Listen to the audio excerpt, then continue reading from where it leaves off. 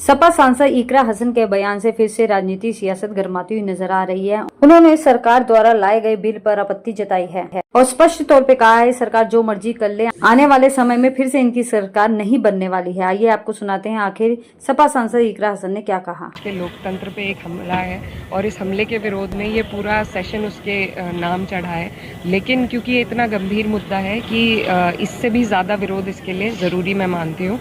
अगर इसी तरीके से बिना किसी जांच पड़ताल के सिर्फ एक फरमान के ज़रिए आप लोगों के वोटों को खारिज कर देंगे, उनको उनके वोटों के अधिकार से वंचित कर देंगे, तो फिर हमारा लोकतंत्र ज़िंदा नहीं रह सकता। तो इस मुद्दे पर हम विशेष रूप से उसके बाद जो प्रेस कॉन्फ्रेंस राहुल गांधी जी ने की थी एलओपी ने, जिसमें उन्होंने साफ तौर से दिखाया कि किस तरीके से वोटों की चोरी हो गई है। तो मुद्दे 3 हैं, एसआईआर, वोट चोरी और फिर ये जो आखिर में जो अमेंडमेंट लाई गई।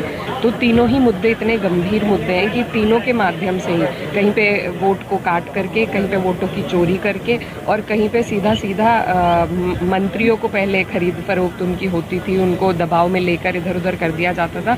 अब आप लॉ ऐसा लेके आ रहे हैं जिससे आप सीधा प्रेशर किसी भी सीएम पे बना देंगे, तो आप कहाँ विपक्ष को और आप कहाँ लोकतंत्र को जिंदा रहने देना चाहते हैं। तो ये गंभीर सवाल है, हमारे देश के लोकतंत्र पे सवाल है। अगर उसके लिए हम लोग विरोध सबसे बड़ी पंचायत में खड़े होकर नहीं करेंगे तो कल को हम सबके अधिकार हमसे छीने जाएंगे। तो इसलिए गंभीर मुद्दे हैं और बहुत शर्मनाक बातें हैं कि सत्ता पक्ष डेवलपमेंट के बातों पर चर्चा करे, काम करे, लेकिन नहीं, उन्हें सिर्फ अपनी आगे की तैयारी करनी है, क्योंकि अब उन्हें अपनी ज़मीन खिसकती दिख रही है। तो इसीलिए ऐसे ऐसे फरमान लाए जा रहे हैं जिससे उनकी धांधली आसान हो सके, किसी मुख्यमंत्री को अपने कब्जे में लेना आसान हो सके और इसी तरीके से वो सत्ता में बने रहना चाहते हैं। तो ये सारा जो परियोजना है ये उसी के लिए बन रही है, क्योंकि आगे को इनकी सरकार नहीं आने वाली है।